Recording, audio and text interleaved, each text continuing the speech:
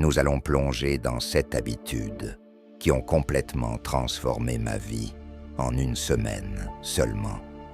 Oui, vous avez bien entendu, une semaine. Je sais que ça paraît presque trop beau pour être vrai, mais je vous le promets. Ce ne sont pas des conseils banals que l'on entend partout.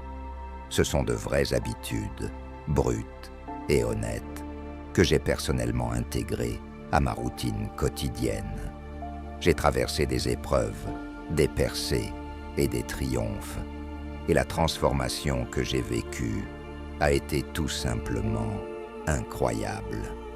J'ai hâte de les partager avec vous, car elles ont eu un impact profond sur ma vie, et je suis convaincu qu'elles peuvent faire de même pour vous.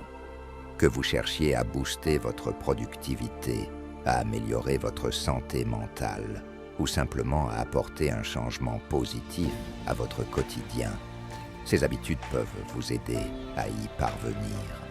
Alors, prenez un café, installez-vous confortablement et plongeons-nous dans le vif du sujet. Croyez-moi, vous aurez envie de persévérer jusqu'au bout, car ces habitudes ne sont pas que théoriques. Voici des étapes concrètes que vous pouvez commencer à mettre en œuvre dès aujourd'hui. Je partagerai également quelques témoignages et réflexions tirés de mon propre parcours, vous offrant ainsi un regard brut et honnête sur la façon dont ces habitudes ont fonctionné pour moi. Sans plus attendre, commençons. Habitude numéro 1. Se lever tôt. La première habitude qui a changé ma vie a été de me lever tôt. Pour être tout à fait honnête, je n'ai jamais été du matin. Mon lit était mon meilleur ami. J'avais l'habitude d'appuyer sur le bouton « snooze » un nombre incalculable de fois. Les matins étaient chaotiques et j'avais souvent l'impression de commencer ma journée du mauvais pied. Mais j'ai décidé d'essayer de me lever tôt. Et laissez-moi vous dire que ça a changé ma vie. J'ai commencé par régler mon réveil à 5 heures. Les premiers jours ont été difficiles. Je me souviens m'être extirpé du lit, groggy, me demandant si cela en valait vraiment la peine. Mais j'ai persévéré, et le 3e jour, quelque chose d'incroyable s'est produit. J'ai commencé à apprécier le calme et la tranquillité des premières heures du matin. Il y avait quelque chose de presque magique à se lever avant le reste du monde, quand tout était calme et paisible. Grâce à ces heures supplémentaires, j'ai trouvé du temps pour des choses que je n'avais jamais imaginées. Avoir du temps avant de commencer ma journée. Un peu d'exercice léger, rien de trop intense, juste quelques étirements ou un petit jogging dans le quartier. Cela m'a non seulement réveillé, mais m'a aussi redonné de l'énergie pour le reste de la journée. J'ai aussi passé du temps à méditer et à définir mes intentions pour la journée. Ces quelques instants de pleine conscience ont fait une énorme différence sur mon état d'esprit et ma productivité. Un autre avantage surprenant de me lever tôt était que je ne me sentais plus pressé. J'avais amplement le temps de savourer un petit déjeuner sain, de siroter mon café lentement et de planifier ma journée. Ce début de journée serein a donné une ambiance positive à toute la journée. J'étais plus organisé, moins stressé, et j'avais un plus grand sentiment de contrôle sur mon temps. Une expérience personnelle qui me marque particulièrement. Le matin où j'ai regardé le lever du soleil depuis mon balcon. C'était un moment simple et d'une beauté profonde. Le ciel changeait de couleur et le monde s'éveillait lentement. J'ai ressenti un profond sentiment de gratitude et de paix. C'est à ce moment-là que j'ai vraiment compris l'importance de se lever tôt.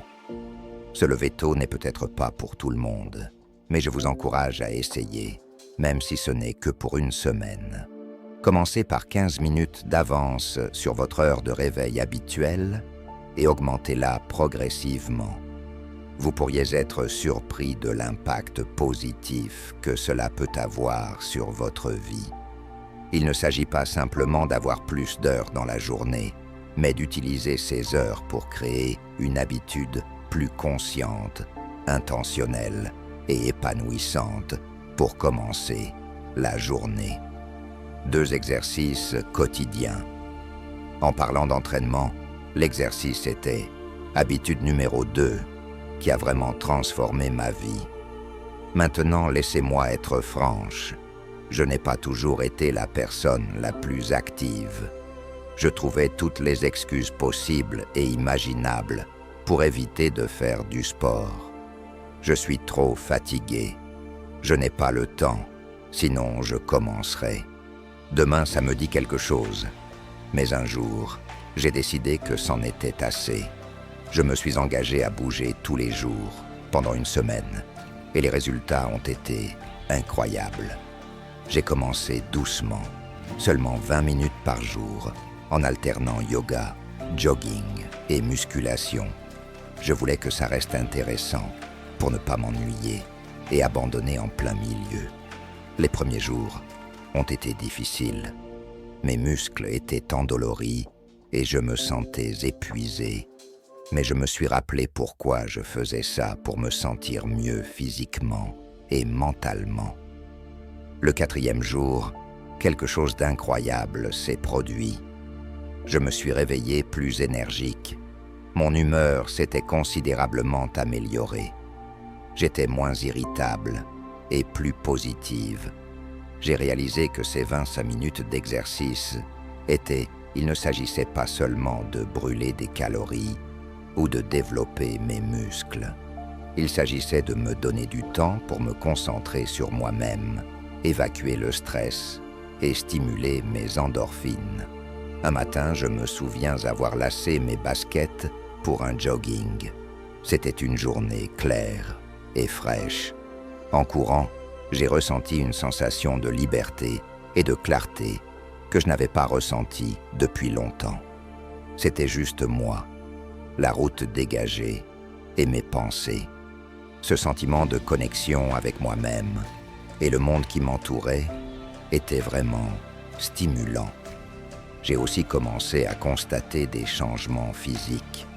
Ma posture s'est améliorée. Je me sentais plus forte et j'ai remarqué une différence dans ma forme physique générale. Mais le plus grand changement a été dans mon état d'esprit. L'exercice est devenu un moment pour me déconnecter du monde et me reconnecter à moi-même. C'est devenu une forme de bien-être plutôt qu'une corvée. Un autre moment fort a été d'essayer le yoga pour la première fois. J'étais hésitante au début, pensant que je n'étais pas assez souple ou que ce ne serait pas un vrai entraînement. Mais après quelques séances, j'en suis tombée amoureuse. Le yoga m'a appris à être présente.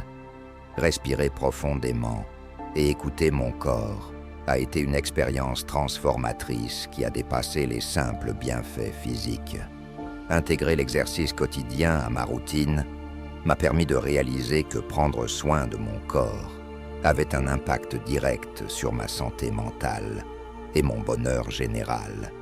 Il ne s'agit pas d'être parfaite ni de se dépasser, mais de trouver une forme d'exercice que vous aimez et d'en faire une partie intégrante de votre vie.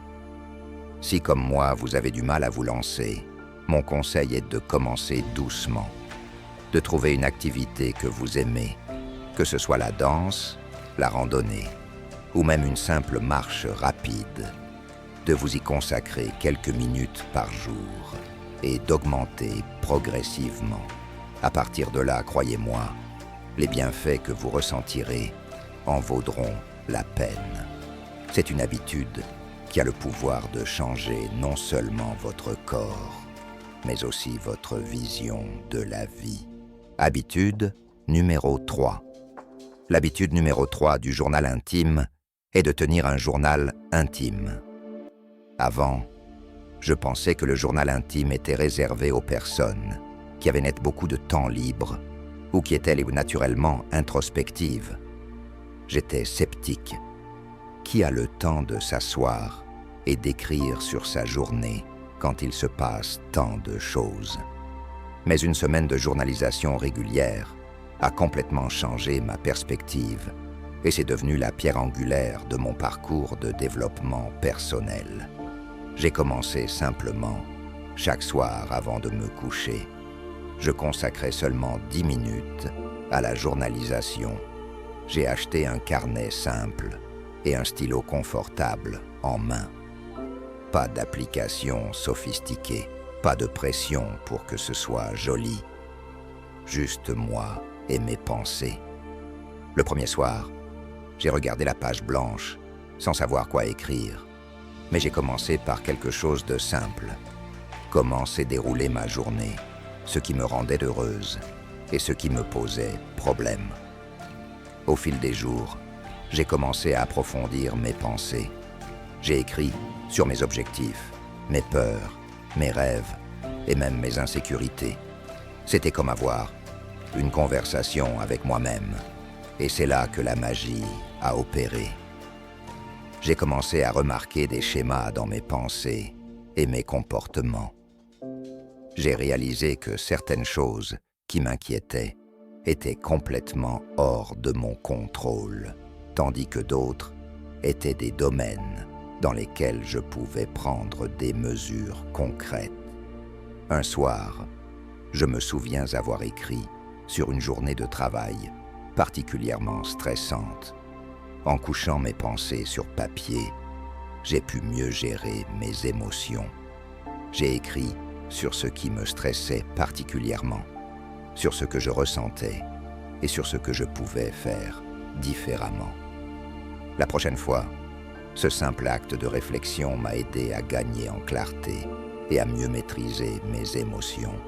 Un autre aspect important de la tenue d'un journal était le suivi de mes progrès. J'ai noté les petites victoires et les étapes importantes, aussi mineures soient-elles. En repensant à ces notes, j'ai ressenti un sentiment d'accomplissement et j'ai été motivé à continuer. Par exemple, j'ai écrit sur une présentation qui me rendait nerveuse et sur la façon dont je m'y étais préparé. Voir mon processus de préparation et les résultats positifs consignés dans mon journal était incroyablement encourageant. J'ai également commencé une section dédiée à la gratitude dans mon journal. Chaque jour, j'y ai noté 3 choses reconnaissantes. Cette pratique m'a permis de me concentrer sur ce qui me manquait et d'apprécier ce que j'avais déjà. Ce fut un changement simple, mais profond, qui a apporté plus de positivité à mon quotidien. Un passage particulièrement mémorable concernait un acte de gentillesse spontanée que j'ai vécu lorsqu'un inconnu m'a aidé, lorsque j'avais du mal à porter mes sacs de course. Écrire sur cet acte de gentillesse m'a non seulement rendue reconnaissante, mais m'a aussi inspiré à donner au suivant. Grâce à la tenue d'un journal, j'ai découvert beaucoup de choses sur moi-même, mes désirs, mes peurs, mes forces et mes faiblesses. C'est devenu une forme de thérapie, un moyen de démêler le réseau complexe de pensées et d'émotions que nous portons tous. Cela m'a fourni un espace sûr où je pouvais être totalement honnête avec moi-même, sans crainte de jugement. Si vous n'avez jamais essayé de tenir un journal, je vous encourage vivement à commencer. Ne vous souciez pas d'écrire parfaitement ou d'avoir des pensées profondes. Écrivez simplement ce qui vous vient à l'esprit. Un flux de conscience, un récapitulatif de votre journée ou des réflexions sur un événement spécifique. Donnez-vous la liberté d'exprimer ce que vous ressentez. Vous pourriez être surpris de la clarté et de la paix que cela apporte à votre vie. Rappelez-vous que l'important n'est pas ce que vous écrivez, mais le processus d'écriture lui-même. Habitude pour une alimentation consciente. Prochaine étape, l'alimentation consciente. C'était un moment important pour moi, car comme beaucoup de gens, j'avais l'habitude de manger sur le pouce, sans vraiment prêter attention à ce que je mangeais, ni à la quantité. Mes repas étaient souvent précipités et distraits. Je mangeais en faisant défiler les pages de mon téléphone ou en travaillant sur mon ordinateur portable. Je n'avais pas réalisé à quel point cela affectait mon bien-être général, jusqu'à ce que je décide d'essayer l'alimentation consciente pendant une semaine. L'alimentation consciente consiste à prêter pleinement attention à l'expérience de manger et de boire, à l'intérieur comme à l'extérieur du corps. Il s'agit de savourer chaque bouchée, de remarquer les saveurs, les textures et même les sons des aliments. Je me suis donc engagé à manger toute ma nourriture. Repas. En pleine conscience, j'ai commencé par préparer le terrain pour mes repas. J'ai débarrassé ma table, préparé un endroit agréable et éliminé toute distraction. Pas de téléphone, pas de télévision, pas d'ordinateur portable. Au début, je me sentais un peu étrange de rester assise tranquillement avec mon repas. Mais c'est rapidement devenu un rituel apaisant. Je commençais chaque repas par quelques respirations profondes pour me recentrer et me concentrer sur le moment présent. L'une des premières choses que j'ai remarquées, c'est que j'appréciais beaucoup plus chaque repas. Je prenais le temps de vraiment goûter et d'apprécier chaque bouchée. Des aliments que j'avais mangés des centaines de fois auparavant ont soudainement pris de nouvelles saveurs et textures délicieuses que je n'avais jamais vraiment remarquées. Par exemple, le croquant des légumes frais et la douceur des fruits mûrs sont devenus beaucoup plus prononcés. C'était comme savourer la nourriture en haute définition. Un autre changement majeur a été la sensation de satiété beaucoup plus grande après les repas. En mangeant lentement et en pleine conscience, j'ai donné à mon corps le temps de signaler qu'il était rassasié. Ce fut un changement important pour moi, car j'avais l'habitude de manger rapidement et souvent. J'ai fini par trop manger en faisant attention. Habitude numéro 5. Limiter le temps passé devant un écran. Celle-ci a été particulièrement difficile pour moi et je pense que ce sera le cas pour beaucoup d'entre vous. Nous vivons dans un monde numérique et il est si facile de se laisser entraîner dans des heures interminables à parcourir les réseaux sociaux, à regarder des séries ou à consulter ses emails. Mais j'ai réalisé que tout ce temps passé devant un écran avait des conséquences néfastes sur ma santé mentale, ma productivité et même mon sommeil. J'ai donc décidé de me fixer des limites et de voir ce qui se passerait. Je me suis fixé une limite quotidienne d'1 heure de temps d'écran non professionnel. Cela signifiait pas de scrolling insensé sur Instagram, pas de marathon YouTube interminable et pas de binge-watching tard le soir. C'était difficile au début. J'avais pris l'habitude de remplir chaque moment libre avec des écrans, mais je savais que je devais changer. La première chose que j'ai remarquée, c'est le temps supplémentaire que j'avais dans mes journées.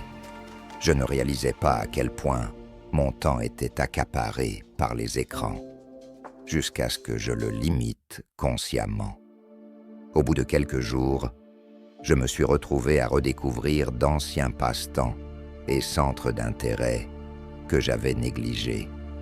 J'ai repris un livre que je voulais lire, j'ai recommencé à gribouiller et à dessiner, et j'ai même essayé de cuisiner de nouvelles recettes.